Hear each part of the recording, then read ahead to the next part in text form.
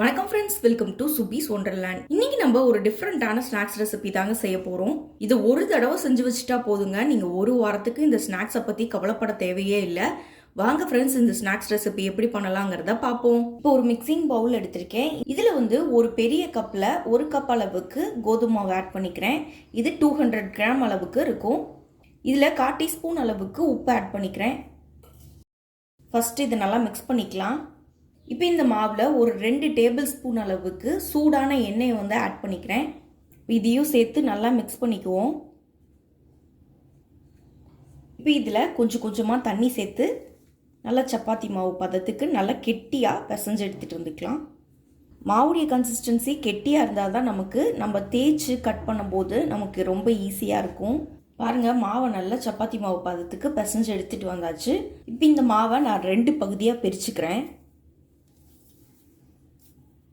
இப்போ நம்ம ஒரு பகுதி மாவை மட்டும் எடுத்து சப்பாத்திக்கு தேய்க்கிற மாதிரி நல்லா தேய்ச்சி எடுத்துக்குவோம். பாருங்கள், நல்லா தேய்ச்சி எடுத்தாச்சு. இந்த மாவை நம்ம ரொம்ப திக்காகவும் தேய்க்கக்கூடாது, ரொம்ப தின்னாகவும் தேய்க்கக்கூடாது. ஒரு மீடியமாக தேய்ச்சி எடுத்துக்கலாம். சுற்றிலும் இருக்க மாவை நம்ம கட் பண்ணி எடுத்துக்கலாம்.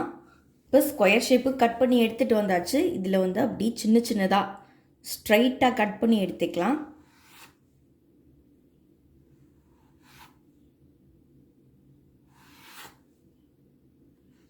கட் பண்ணும்போது கத்தியில் நல்லா அழுத்தம் கொடுத்து கட் பண்ணுங்கள்.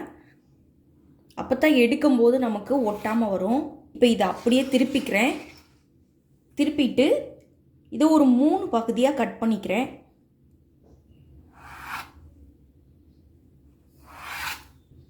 பாருங்கள், இந்த மாதிரி தனித்தனியாக கட் பண்ணி எடுத்துக்கலாம். இதே மாதிரி மீதி உள்ள மாவு எல்லாத்தையும் கட் பண்ணி எடுத்துகிட்டு வந்துக்கிறேன். இப்போ எண்ணெய் நல்லா சூடாயிட்டு இருக்கு. ஒரு மிதமான சூட்லேயே நம்ம ரெடி பண்ணி வச்சுருந்த மாவு ஒன்றொன்றையாக போட்டு ஃப்ரை பண்ணிக்கலாம்.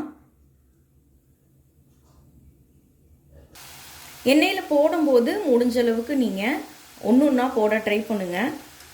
தனித்தனியாக உதுத்து விட்டு போட்டோன்னா ஒன்றோட ஒன்று ஒட்டாமல் வரும். பாருங்கள், கலர்லாம் நல்லா சேஞ்ச் ஆகி வந்துடுச்சு. இந்த சமயத்தில் நம்ம எடுத்துக்குவோம்.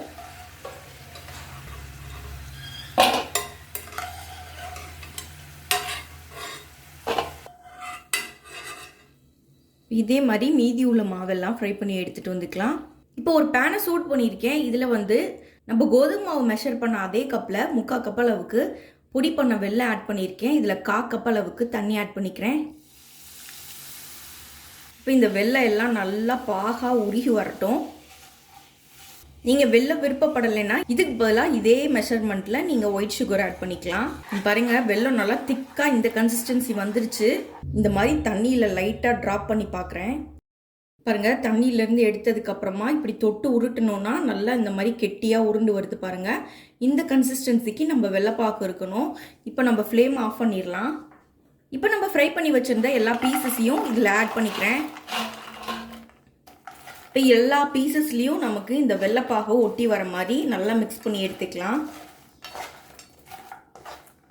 1 மணி நேரம் அப்படியே நல்லா விட்டாச்சு. நமக்கு சூப்பராக ரெடி ஆயிடுச்சு.